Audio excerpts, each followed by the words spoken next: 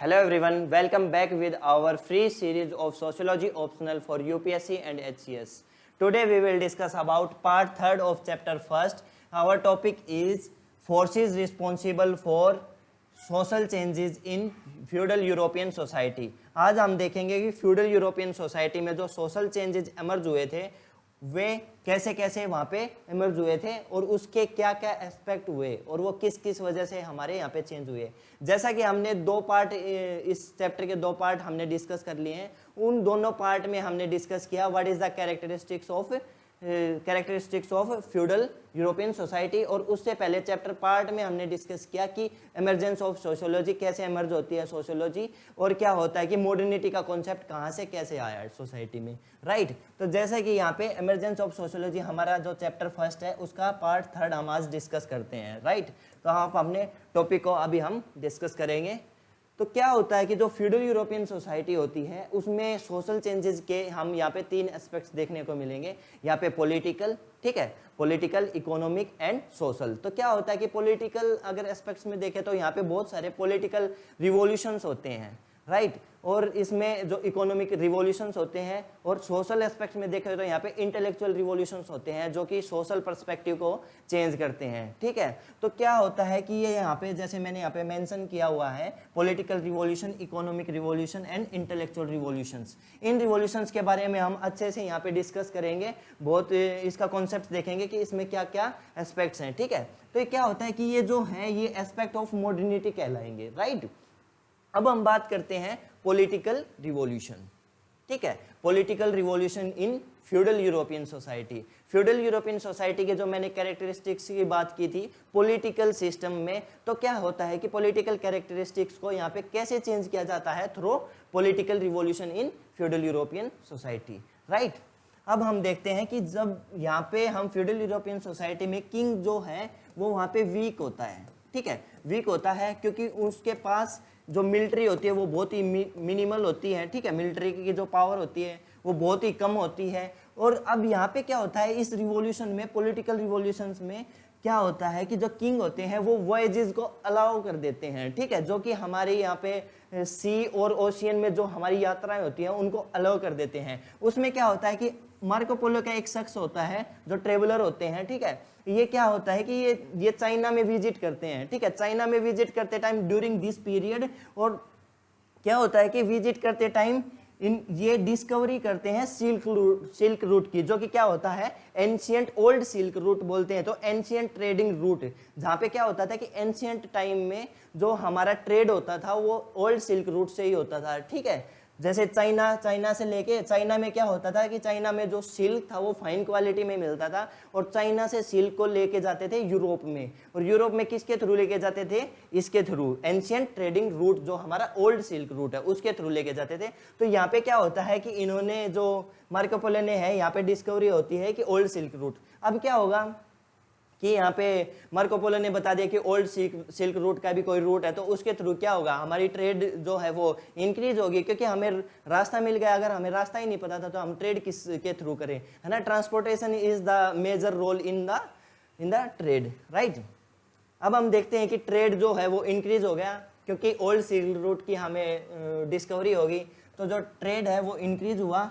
तो इंक्रीज हुआ तो क्या होता है यहाँ पे जो टेक्नोलॉजिकल एडवांसमेंट है ना वो भी कहीं ना कहीं हमें इंक्रीज होने को मिलेंगी, क्योंकि ट्रेड हो गया तो वहाँ पे क्यों हम टेक्नोलॉजिकल एडवांस हुए और क्यों नई नई टेक्नोलॉजीज आई। अगर हम नई टेक्नोलॉजी की बात करें, बहुत सारी नई नई टेक्नोलॉजीज आई थी, उसमें हम बात करें तो कैसे न्यू टेक्नोलॉजी की बात कर रहे हैं हम यहाँ पे, प्रिंटिंग प्रेस पेपर जो है वो यहाँ से हम चाइना से वहाँ से लेके हम ओल्ड सिल्क रूट के थ्रू हम वहाँ पे प्रोड्यूस करने लगे, किसमें, यूरोप में लेके आने लगे, ठीक है, यूरोप में लेके आने लगे। सेकंड पॉइंट हम देखते हैं गन पाउडर, ठीक है। गन पाउडर भी वहां से चाइना से लेके वहां पे यूरोप में लेके आने लगे। तो क्या होता है कि यहाँ पे गन पाउडर भी आ गया, ठीक है, और प्रिंटिंग प्रेस जो पेपर है वे भी आ गए। और क्या होता है मरीन कंपास, जो कंपास होते हैं उससे क्या होता है कि हम डायरेक्शन देख पाते हैं कि ये हम किस डायरेक्शन में जा रहे हैं, किस डायरेक्शन में जा रहे हैं। तो क्या होता है कि ओशियन में हमें पता नहीं चलता कि ये कौन सी डायरेक्शन है, ये कौन सी डायरेक्शन है। तो यहाँ पे ट्रेड को इजी कर दिया, ठीक है। जो हमारी वॉयजेज थी यहाँ पे इसने, कंपास ने इजी कर दिया कि इससे हमें पता चल जाता है कि हम किस डायरेक्शन में जा रहे हैं, ठीक है। तो इससे क्या हुआ कि हमारी जो वॉयजेज थी उसको इजी कर दिया, ठीक है। अब क्या होता है, गन पाउडर है, तो जो किंग होते हैं, किंग ने गन पाउडर को क्या कर दिया, मोनोपोलाइज कर दिया, ठीक है। उसने इसके ऊपर फुल मोनेटाइज कर दिया, इसको मोनोपोलाइज कर दिया, इसी की मोनोपोली हो गई, यहाँ पे किंग्स की मोनोपोली हो गई, ठीक है।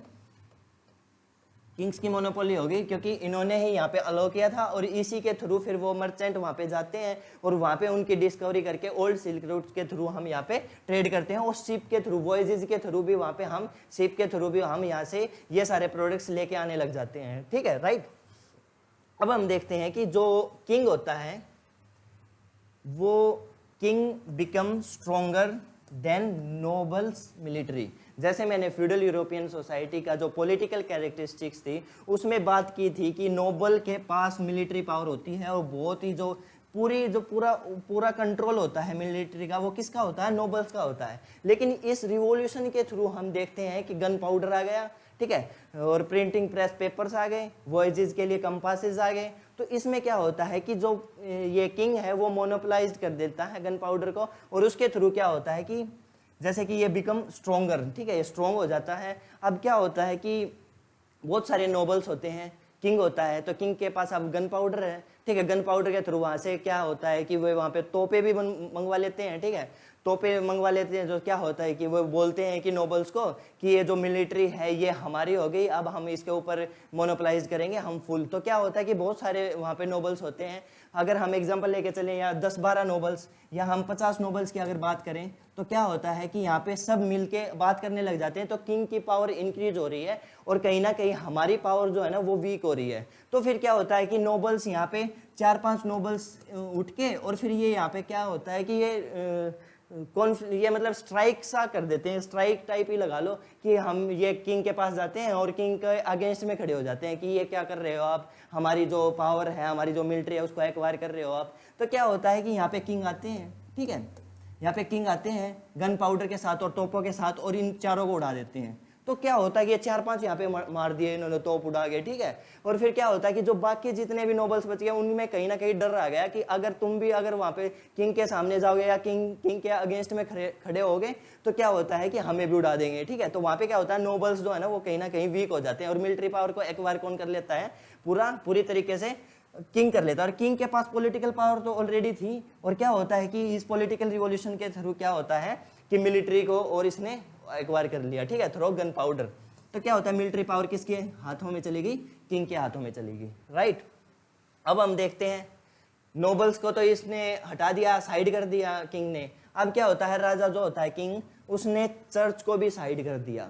चर्च को किस लिए साइड कर दिया, चर्च आप देख रहा है वहाँ पे बैठ के कि मैं तो वहाँ पे मजे कर रहा था, ठीक है। अब यहाँ पे ये किंग क्या कर रहा है, पता नहीं कैसे कैसे आइटम लेके आ रहे हैं, एक साथ 4 आदमियों को या 4 नोबल्स को उड़ा दिया, 5 नोबल्स को उड़ा दिया। तो क्या होता है, कहीं ना कहीं चर्च भी डर जाता है उस चीज़ को लेके कि हम जो है, अगर मैं भी अगर किंग के अगेंस्ट में खड़ा हुआ तो मेरा भी यही हाल होगा।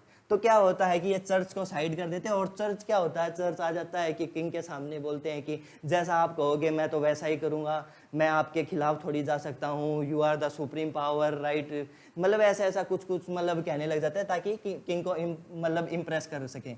तो क्या होता है कि यहाँ पे जो किंग है ना, किंग बोलते हैं कि कुछ ऐसा करो कि मेरी ही मोनोपोलाइज हो जाए और मैं ही रूल करूं, और लोगों के लिए मेरा एक प्यार उभर के आ जाए कि हाँ किंग ही है हमारा राजा, और जो राजा हमारा है वही सब कुछ हमारे लिए, लाइक ए गॉड, ठीक है। तो क्या होता है कि चर्च यहाँ पे एक डिवाइन राइट थ्योरी देता है, ठीक है।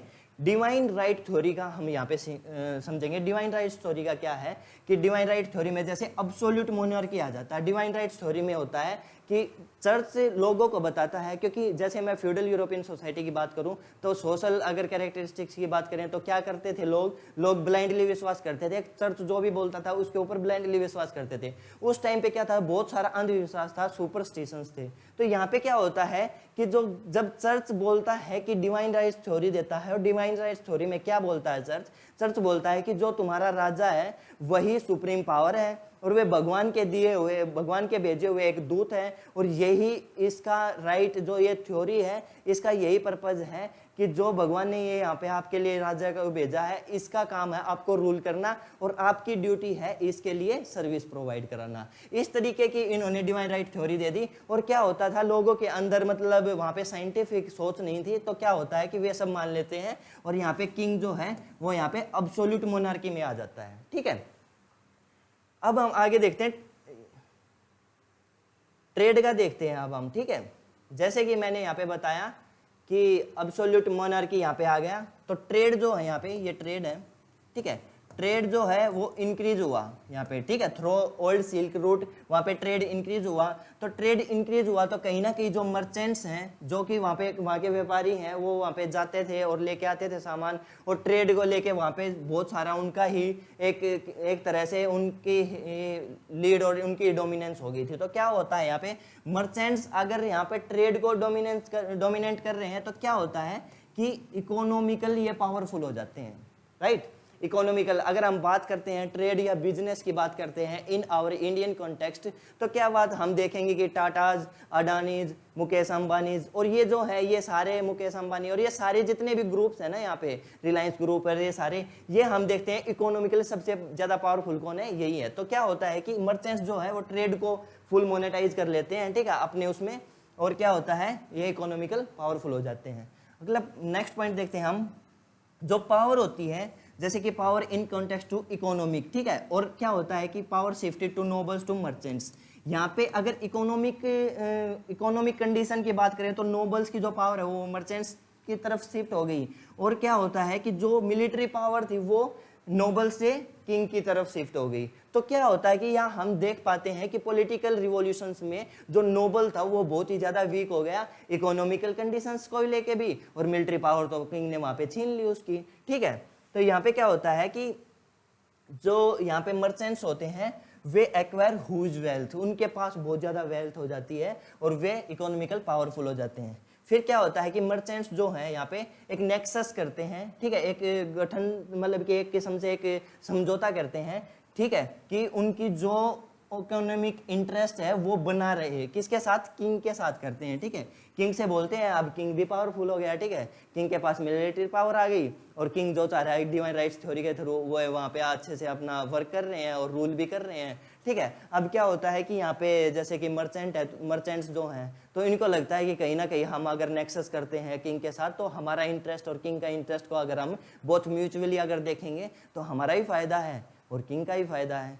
तो क्या होता है, किंग के साथ नेक्सस करके पावर ऑफ नोबल्स रिड्यूस हो जाती है, क्योंकि जैसे मैंने बताया कि मिलिट्री की पावर भी रिड्यूस हो जाती है इसको लेके नोबल्स में, और वो भी, तो क्या होता है यहाँ पे इसकी जो पावर है वो रिड्यूस होने को हमें देखने को मिलेगी यहाँ पे। फिर क्या होता है, जितने भी ये डेवलपमेंट हुए, न्यू टेक्नोलॉजी आई, ट्रेड इंक्रीज हुआ।